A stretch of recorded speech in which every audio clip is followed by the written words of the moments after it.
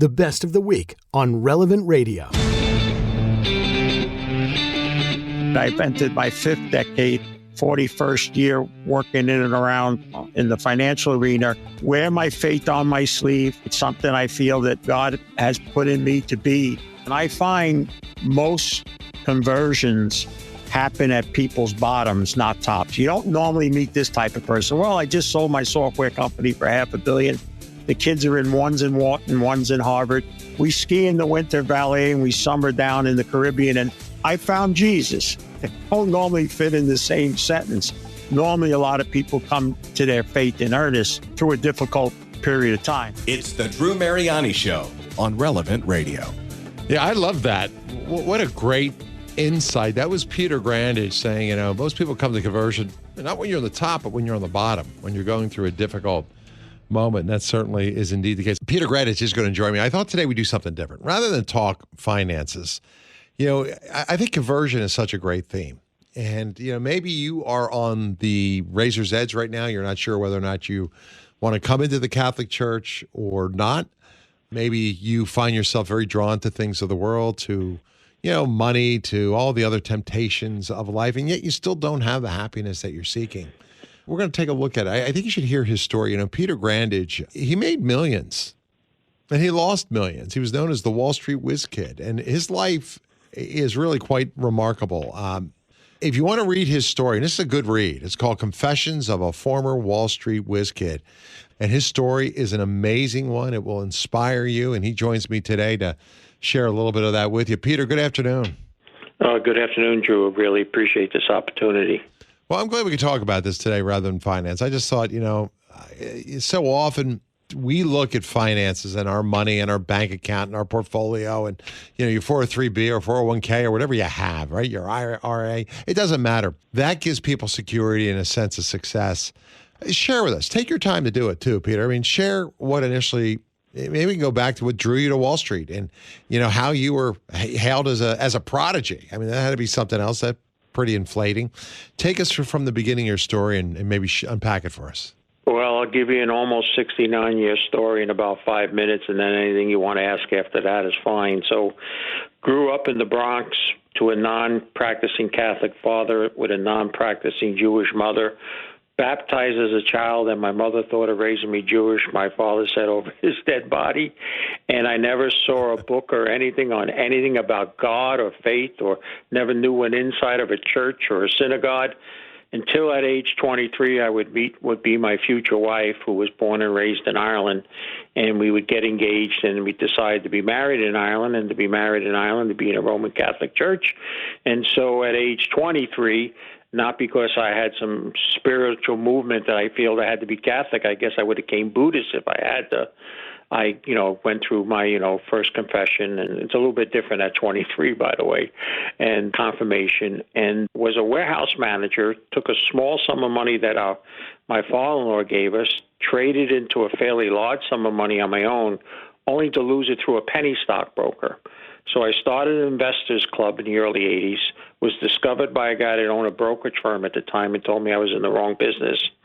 And despite everything my wife and father-in-law said, who believed a stockbroker and a bookie was the same thing, I decided to become a financial advisor in 1984, and I didn't even finish high school. I didn't finish high school because I was involved. I was stabbed, and it's a long story. I won't bother you on the radio. But you were stabbed? I never heard that all these years. Oh, yeah. In my second year of high school, I was attacked and stabbed, and I had to repeat the next year because I was out for such a long time, and I grew tired, and I quit tell me school. that, Peter. I'm actually curious. How did you end up getting in a knife fight? How did you get stabbed? What happened was I actually got mugged outside the school, DeWitt Clinton in the Bronx. They saw who committed it. The principal had the kid arrested. He was part of a gang. The next day when I went to school, in between classes, they caught me in the gym and cornered me, attacked me, and one guy there stabbed me. But it all, it all has, look what happened with a change in my life. And so I come to stockbroker in 1984, and within 2 or 3 weeks I want to quit, because back then the only way you could start as a broker was cold calling. There was no internet. There was, nothing of that kind of stuff. If all telemarketers like me, none of us would get aggravating telemarketing calls, because the first person that hung up, I was done. I couldn't pick up the phone again. Yeah. So the guy I worked for said, you're analytical and all, and I write a newsletter. This is him speaking. Why don't you start putting your stuff into a little newsletter? And that's how it started. And quickly, by 1987, I was head of investment strategy for a New York Stock Exchange member firm. I was only in the business 3 years. I was 28. And I forecast a crash coming in August of 87. And at the time, the stock market, the Dow was around 2,600 or so. And you were on Good Morning America right after that, weren't you? Well, what happens after that is, because I refused to retract it or resign, they wanted me to do that. Then the crash came on the 19th, and a lot of people don't remember, on the 20th, the market was even lower the next day, and we already thought that was going to be even worse. And I said, no, within 2 years we'll be back to a new high, and it started to go back. So then I got featured on Good Morning America, and you're right, that was the kickoff. That's where I got the moniker, the Wall Street Whiz Kid, which I milked for the next 35 or 40 years. But and then it was fast-paced, and by the mid-1990s, I reached, before age 40, the American dream. I had what I thought was enough money. I didn't have to kill myself on the financial end. I became a consultant to companies. I bought 5 racehorses, 2 race cars, and then I took up a terrible male addiction called golf. And my wife said, about 3 or 4 days in a row playing, at the height of my arrogance, when I was the president and CEO of the Me, Myself, and I Society, she says, are you playing golf again? I said, I plan on playing golf every day for the rest of my life. Well, by the end of the millennium, my investments turned really bad, and I lost a lot of money. And I suffered the first of 3 debilitating bouts of depression. Now, it first started with panic attacks, and then it led really quickly into depression. And so I had to almost, in a sense, start over. Now, 2 things happened. One is I would meet my best friend of life, who would become a full-time Catholic lay evangelist named Bill Wagner. And that's, believe it or not, how I ended up to Relevant Radio, because Tom, your producer, helped Bill write his book, and then Tom introduced me to you, and that's, I don't know how many years ago that was, but that's the connection. And I would also meet a man that would help change my financial life, a man named Frank Congelosi, who became my financial mentor and showed me basically everything I was doing, or what Wall Street tends to do, was wrong.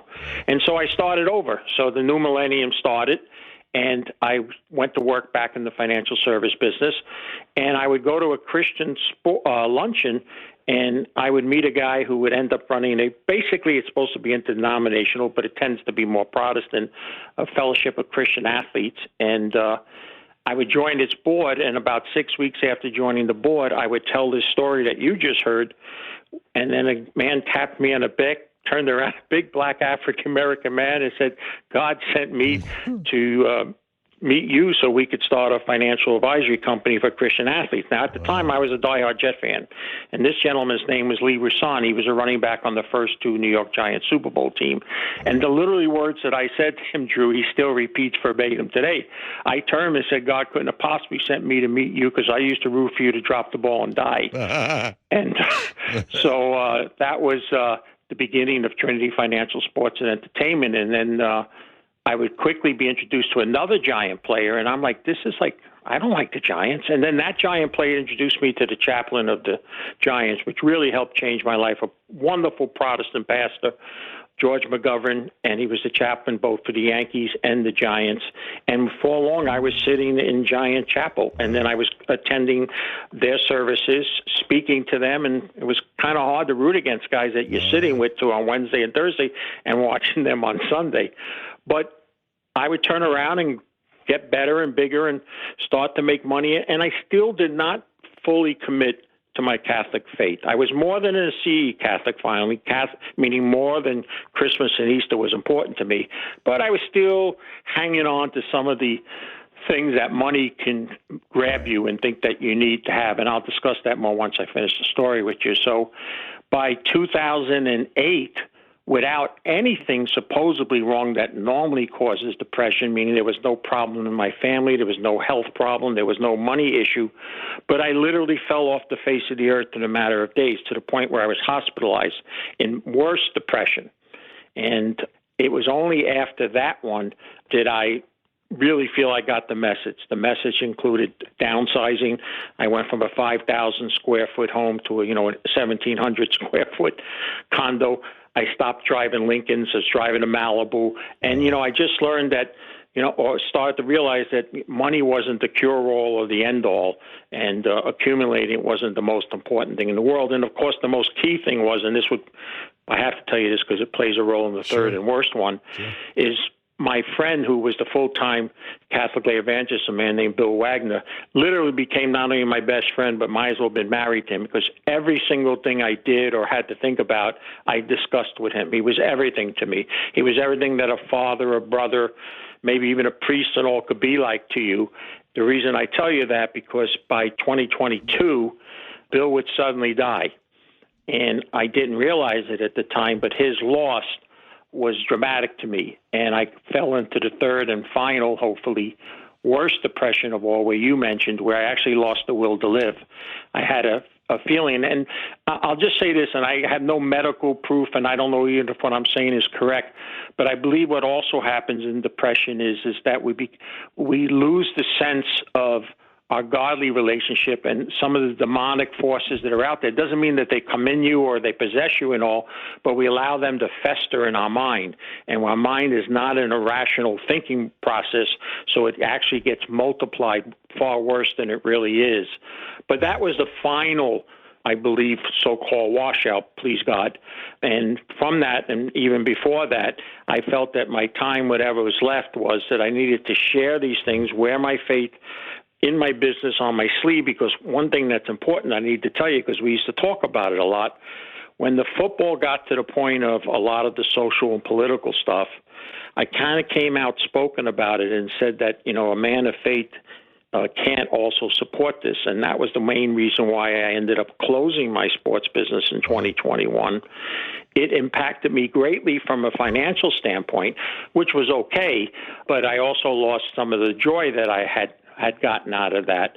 And now I have to watch the Eagles play the Chiefs, which is like the worst thing in the world. But that's basically the story about it, and the things that come out of it. Really, when people say, what do you think mostly came out of it?